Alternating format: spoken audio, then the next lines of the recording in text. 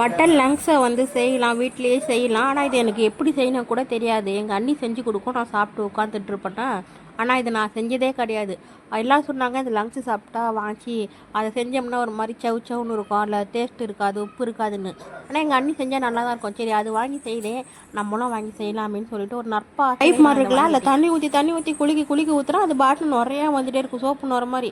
எப்படி ஒரு 10 வாட்டிக்கு மேலே பண்ணிவிட்டு அந்த நுர போகல. அதுக்கப்புறம் ஜெய் பையன் வந்து சொன்னால், அது என்ன தான் பண்ணாலும் அப்படி தான் வரும், அவ்வளோதான் விட்டுடு, அதுக்கப்புறம் க்ளீன் பண்ணு, அதை கட் பண்ணுன்னு சொன்னேன்னா கட் பண்ணி நான் போட்டு நல்லா புழிஞ்சு வைக்கிறேன், குண்டா ஃபுல்லாக தண்ணி ஆகிடுது. திரும்பி புழிஞ்சு வைக்கிறேன், குண்டா ஃபுல்லாக தண்ணி ஆகிடுது.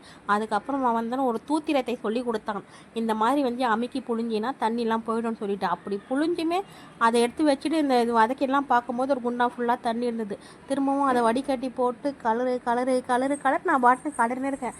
தண்ணி வத்தின பாடு இல்லையே, ஒரு வழியாக செஞ்சு முடிச்சிட்டேன்.